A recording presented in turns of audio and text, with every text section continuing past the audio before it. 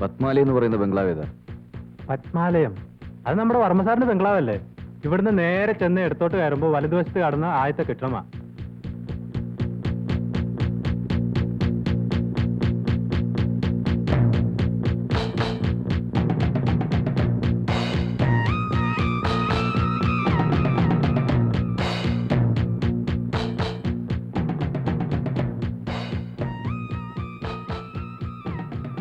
എന്തൊരു കുളിര.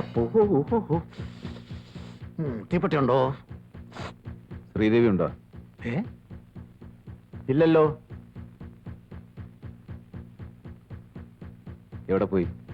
സാറും കൊച്ചമ്മയും കൂടി ഫാക്ടറി പോയിരിക്കുക. ഏത് ഫാക്ടറി?